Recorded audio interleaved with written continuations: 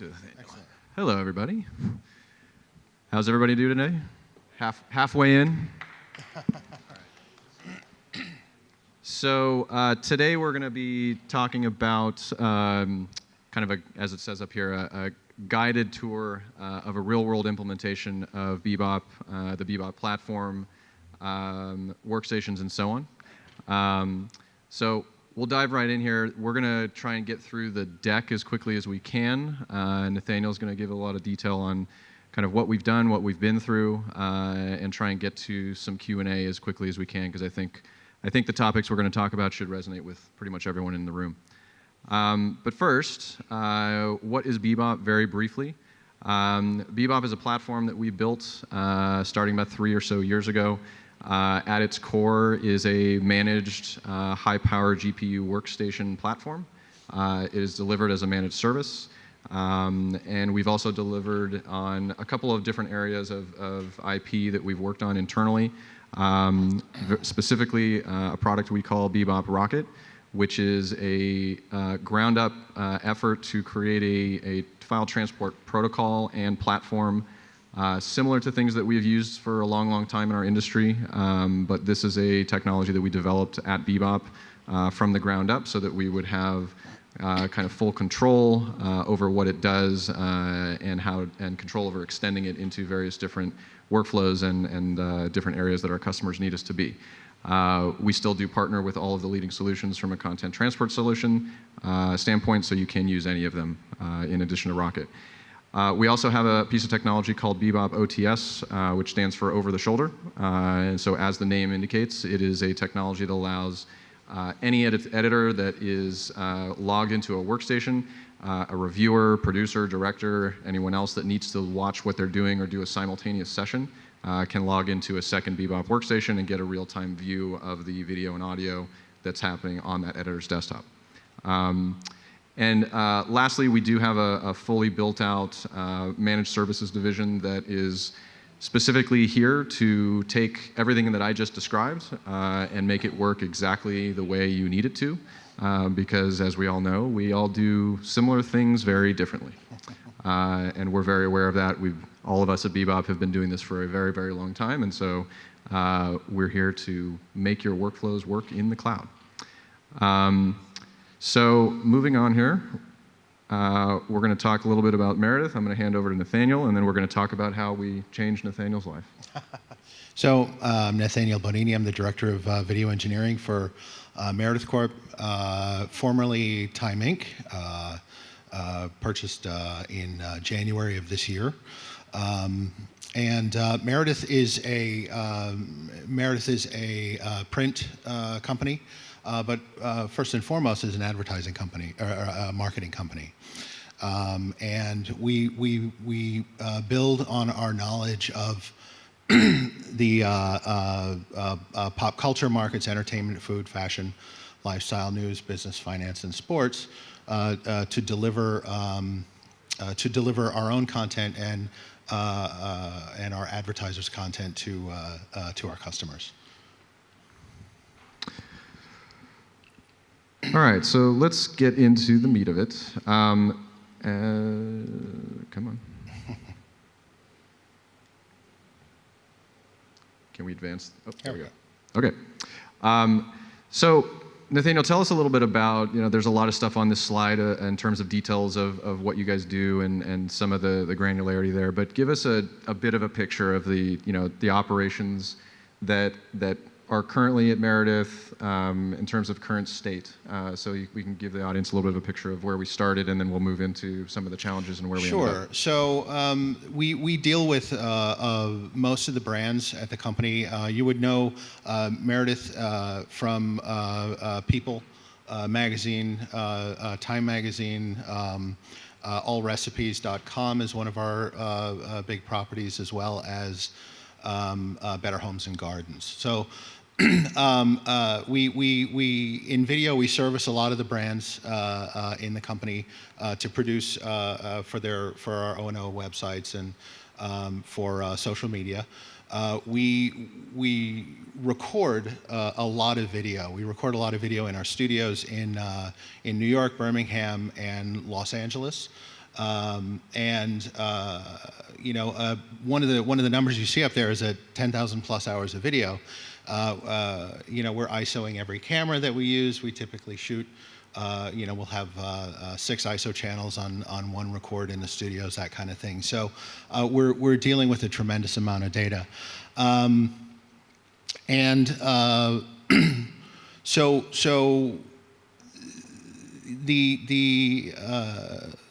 that's sort of an operational overview of what we have at the moment and where we stand.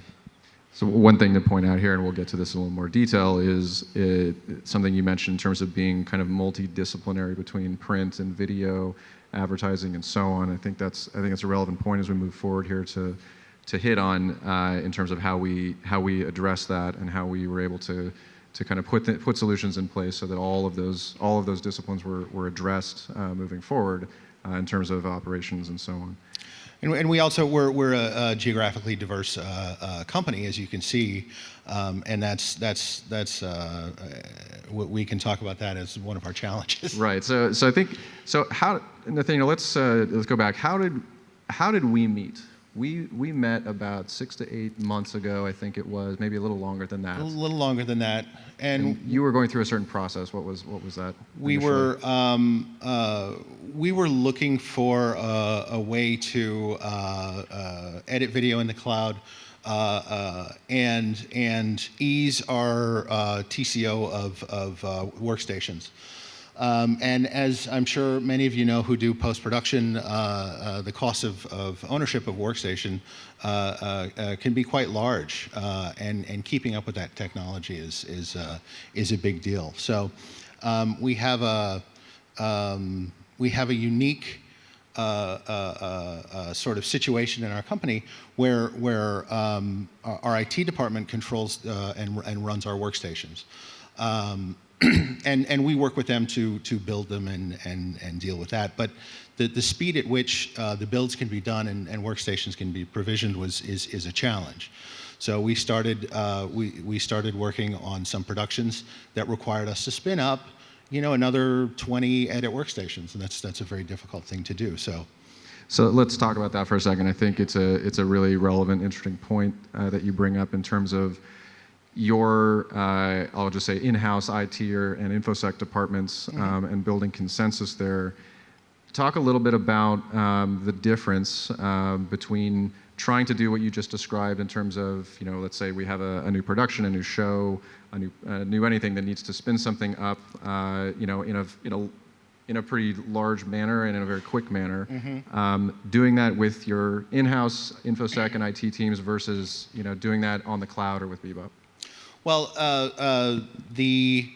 doing this in-house, as I'm sure many of you know, you have to have the capital to do so. Obviously, doing something in the cloud is you still have to have the money to do that. So once you get through that hurdle and you present what you're trying to accomplish and what the needs are, weeks have gone by. So and throughout the process of going through InfoSec reviews and IT reviews of new architecture, or even if you cookie cutter that architecture and do more on-prem installations, it still takes a long time.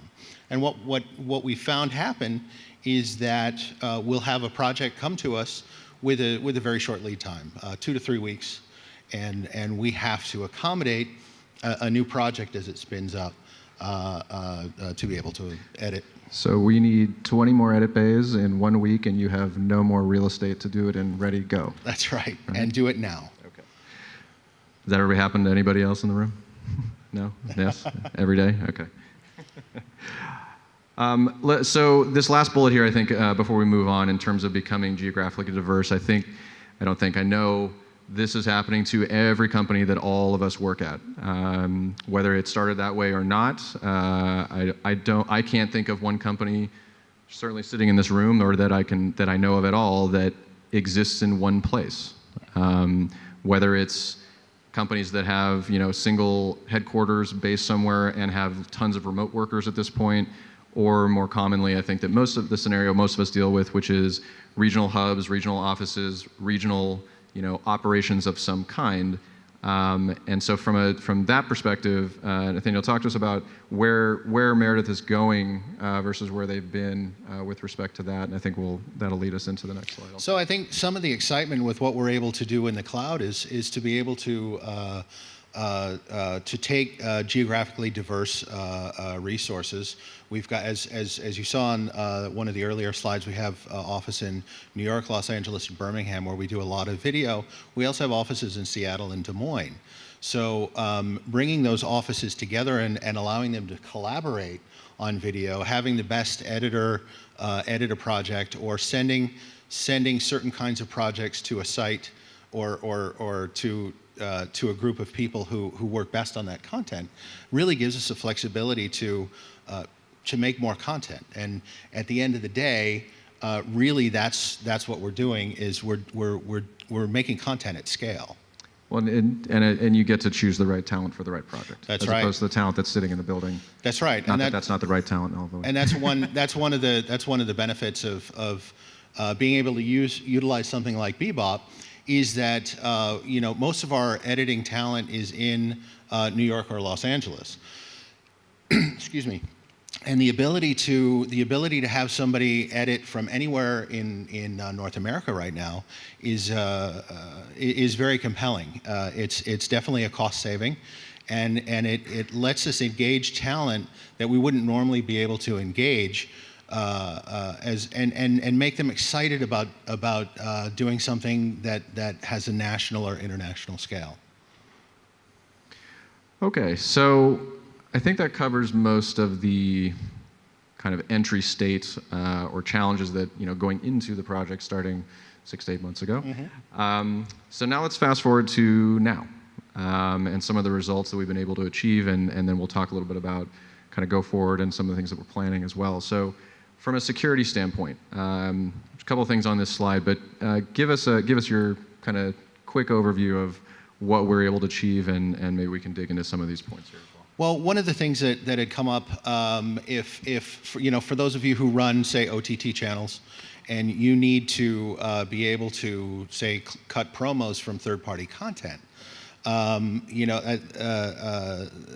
think the first two bullet points go hand in hand, is that the client, the way the platform is built allows a great degree of security.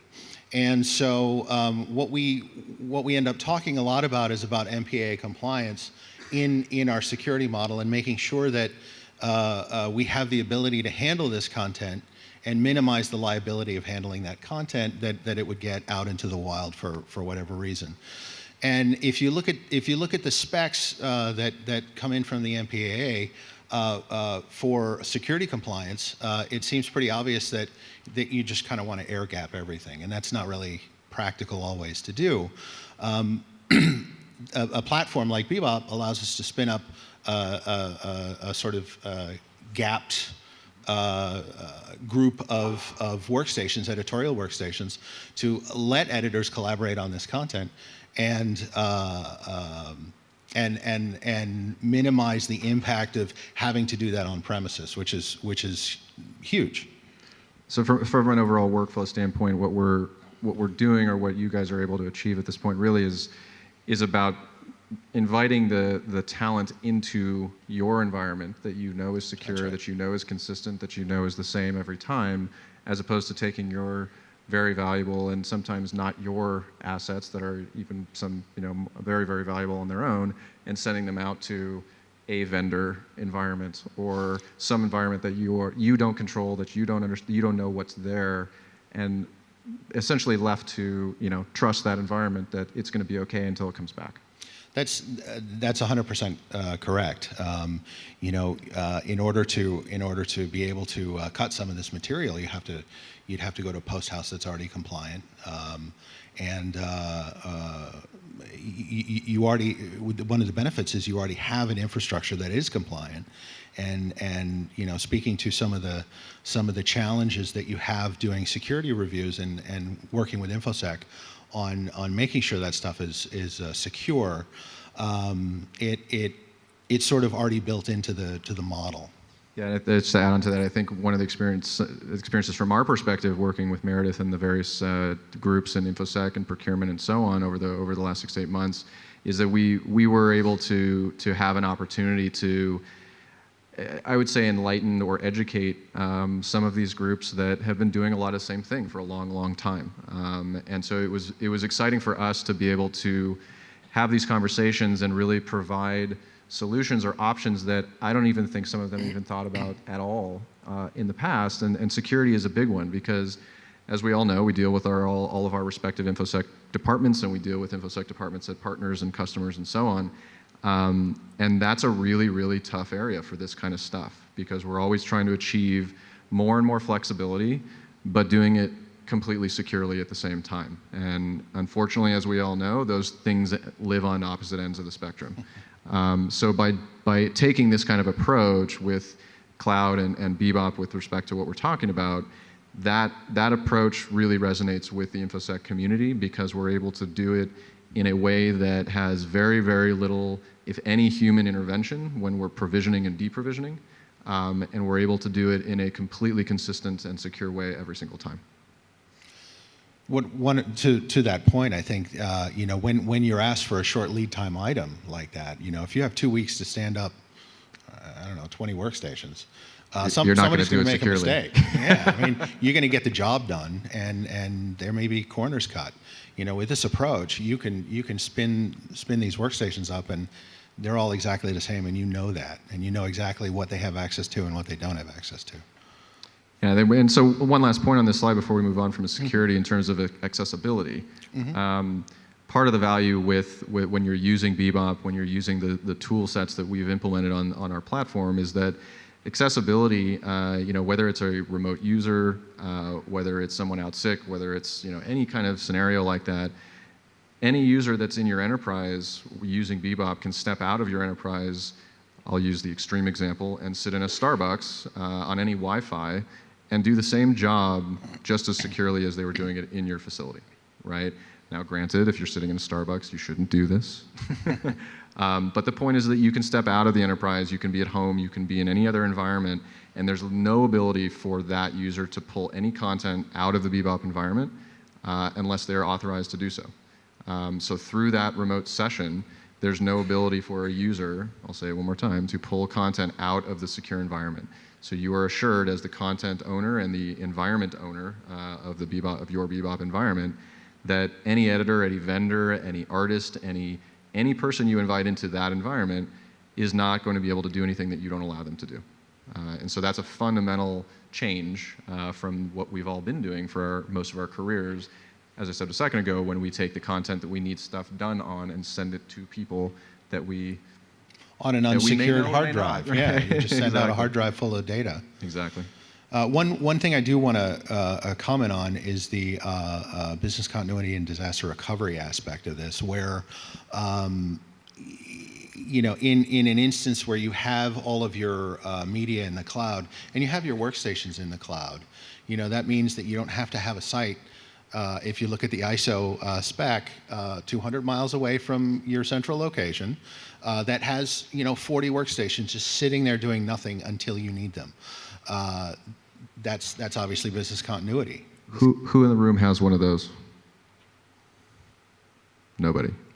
I You saw don't. a couple of hands. Okay, so the point is proven. Having DR and business continuity in the context of an editorial environment, I've never seen one of those, which is why I asked. But I think the resounding point here is that by virtue of using BeBop, you get DR for free because all your content's sitting somewhere else. And if your facility has an outage, if you have an internet connection outage, if you have a power outage of any kind, you just get up and go somewhere where you have Wi-Fi and you keep working on the exact same content, the exact same workstation as if nothing happened. So that's a fundamental change and a fundamental value proposition simply for just using BeBop. Okay, cost impact. This, it's an easy one. I think all of these bullet points are relatively easy to see once you start hiring talent. and anywhere you want to hire that talent. So there's definitely the labor cost savings there. And you know, as I said earlier, it gives you the ability to engage this talent in a way that they may not normally have been able to engage in producing national or internationally recognized content. The total cost of ownership of a workstation is relatively high, especially the kinds of workstations you need for editorial. We can utilize our workstations beyond the depreciation period of those workstations by using a BeBop, because the workstation just needs to display what's coming into it. It doesn't need to do a lot of heavy lifting. The heavy lifting is being done on the workstation in the cloud. So that's a tremendous benefit in the overall cost of and the ability to depreciate these assets over longer periods of time.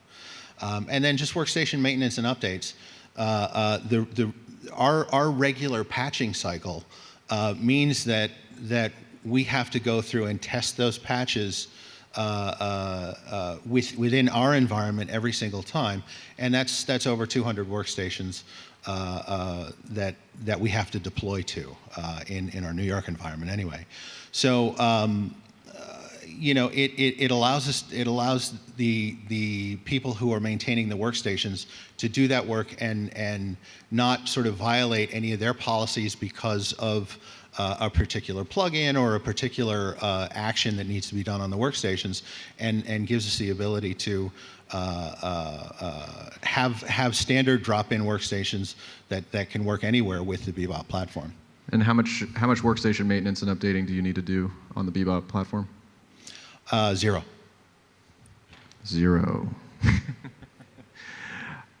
Yeah, so just a quick point on the maintenance, updates, support. Sorry, that was a layup.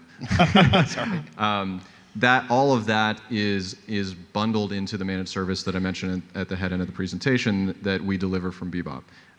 So whereas any scenario where you're talking about on-prem infrastructure, you need to not only buy that very expensive infrastructure, as Nathaniel was saying, you need bodies, you need people that maintain and care and feed for all of that infrastructure.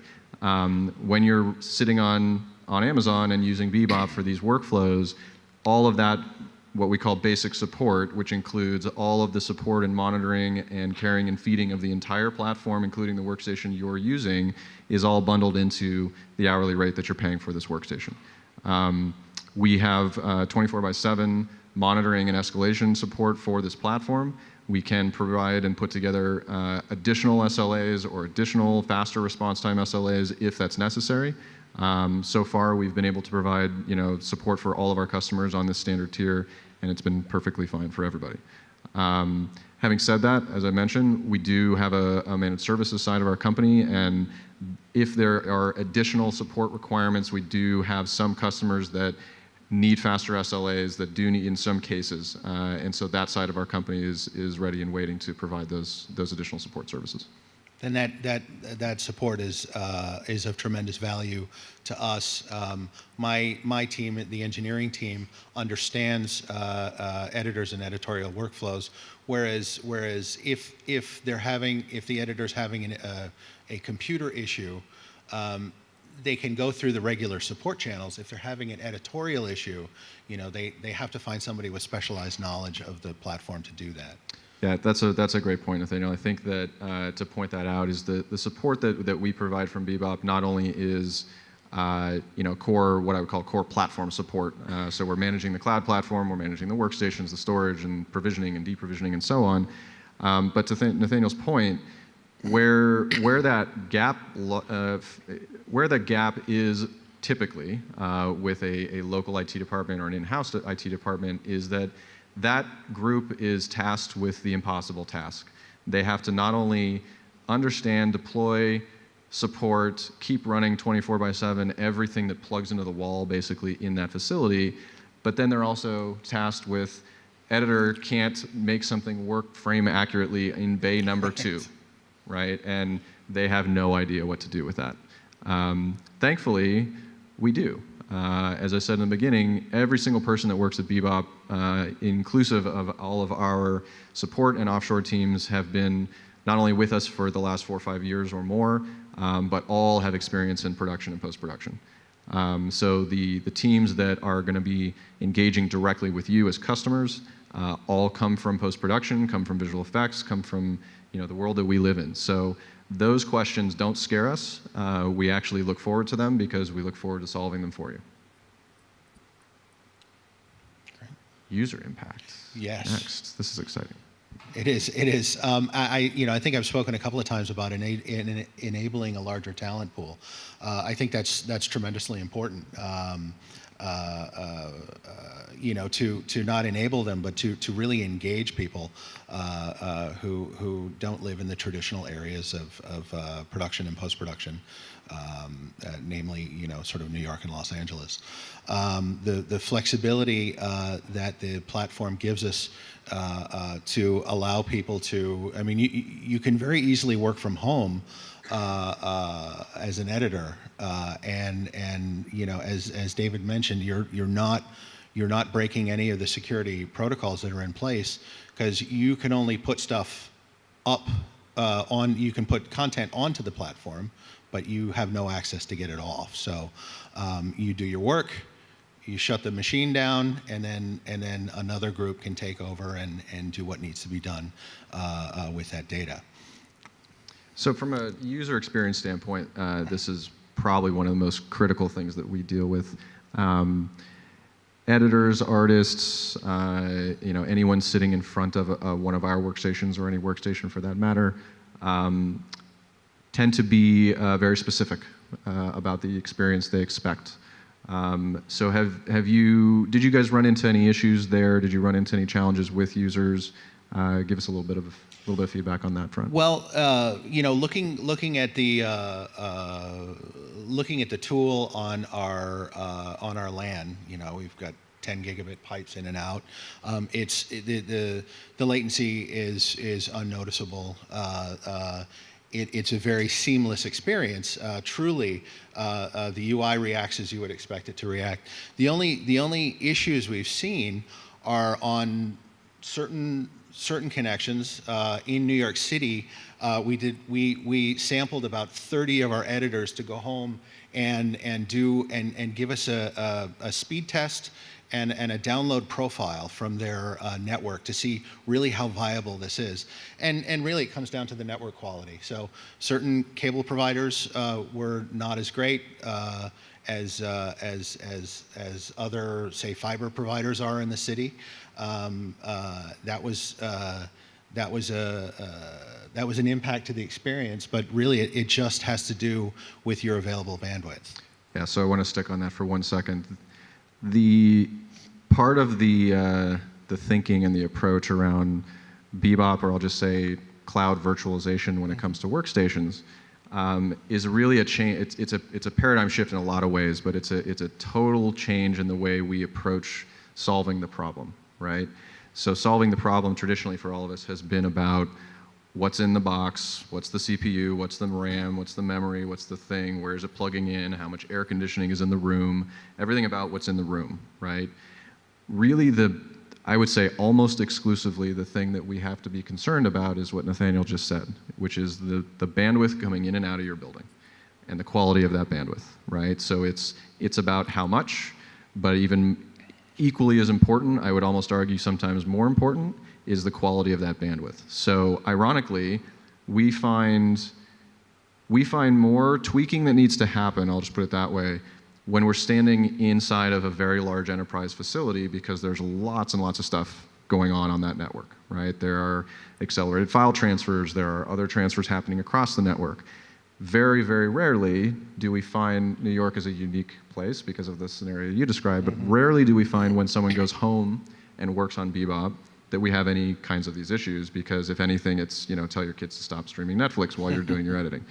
But the point, again, is really, really to tune your expectation around what you're providing for the BeBop platform to deliver the experience, right? So if you're sitting, in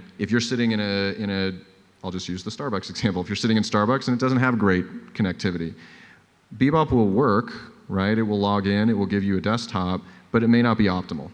And that's a very important point to understand, because the BeBop experience for any user, no matter where you are, really is dictated by the bandwidth that you have available to you and the quality of that bandwidth. And so that's really the focal point of creating and delivering the pristine BeBop experience. Has everything to do with the bandwidth that you have available. So what's next? As far as right now, we've gotten very far down the road on the core platform, the editorial pieces, a lot of the things that we've been talking about. Talk to us about some of the things that we've got next, kind of on the docket.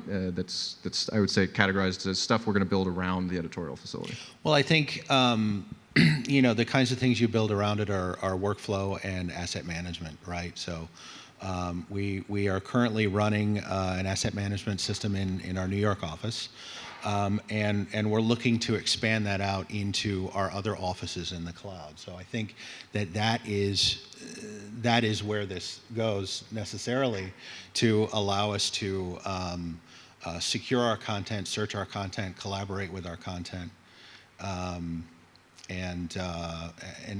really produce, continue producing content at scale.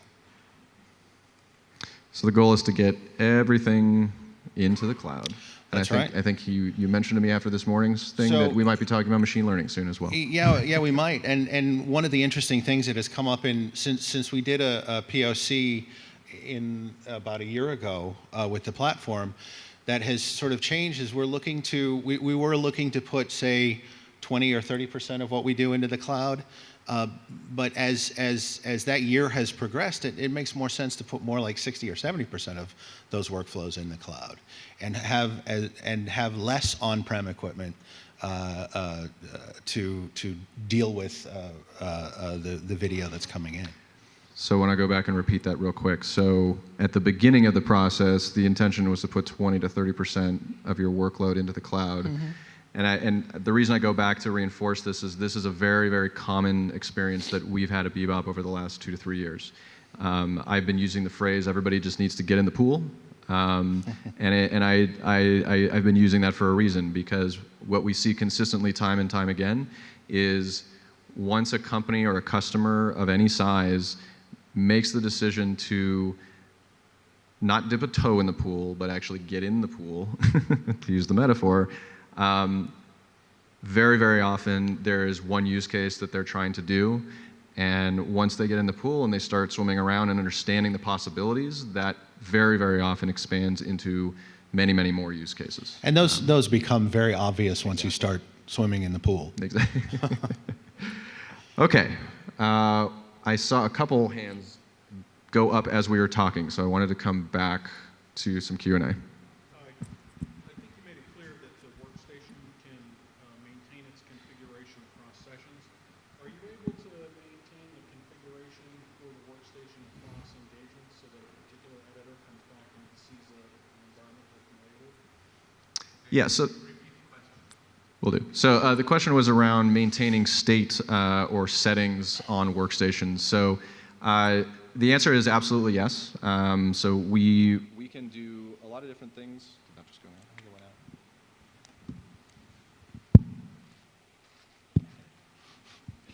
Trade. Hello? Oh, that's better.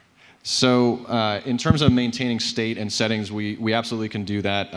Our standard procedure essentially for any customer is we build custom AMI images for their workstations that will typically have things like their custom licensing, whatever the makeup of applications are that they need, and those can include specific workstations, even down to specific artists or editors or so on. And so those basically go into a library of AMIs, and those can be pulled off the shelf anytime you need them.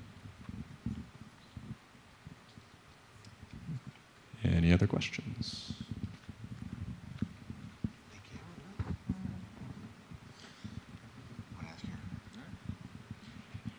So I'm going to ask you a question. Oh. Does it support all the different softwares or just editing? Just, what was the last thing? Does it support all the different softwares, like creative softwares, or Oh, does it just yes. support editing? So BeBop can support anything that runs on Windows that can be licensed in the cloud. So what that means essentially is that as long as there's not a little plastic thingy that I have to stick in the front of a server, we can typically support any software that runs on a Windows workstation. So that's inclusive of editorial software, visual effects software, rotoscoping software, anything that any of you guys use. Yes. Pretty much, unfortunately. Yeah, I can talk to my friends at AWS and see if they'll allow me into the data center to stick the dongle in. They've said no in the past. Do you, So we use a range of solutions for storage, really depending on what the requirements are from a bandwidth and speed perspective. So we can use EFS for certain cases. We typically are actually building storage servers in AWS with EBS volumes that are sized appropriately to whatever the workload is. We can integrate with S3, although you cannot edit directly off of S3. So BeBop Rocket, the transport protocol that I mentioned earlier, is fully integrated to S3 and is a core part of the platform. So when you're using the editorial platform, that's a part of it that we give you for free, and it can move things back and forth from S3.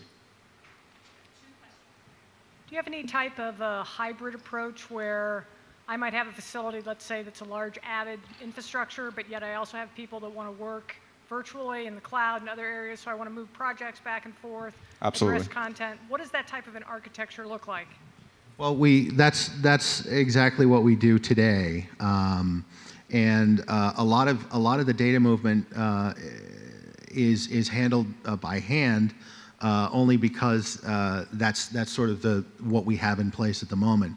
But what BeBop allows us to do is if an editor is working on-prem, and they let's say you wanted to do the Chase the Sun model where you have somebody in Hong Kong and somebody in Bangalore, you can virtualize that and have them work on that content while the people in the United States are asleep. But that, for us, there is an amount of work that we do on-prem, and then we can put those files in the cloud and continue working on it.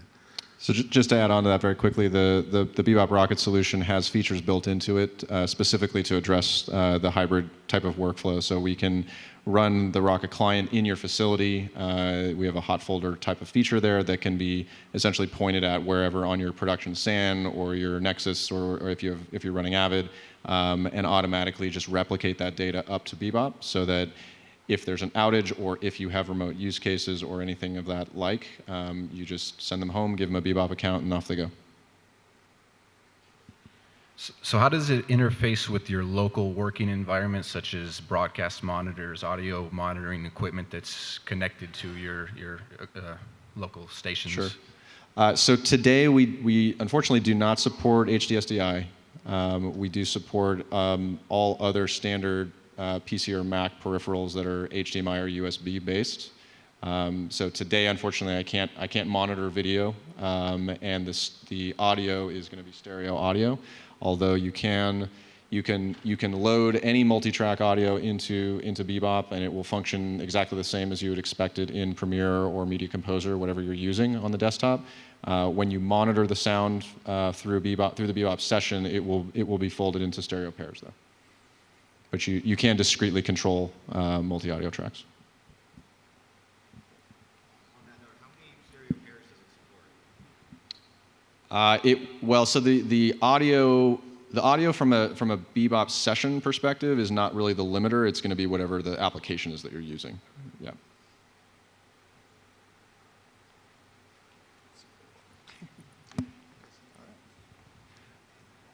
I think we're probably running up on time. Okay. All right. Well, thank you very much, everybody.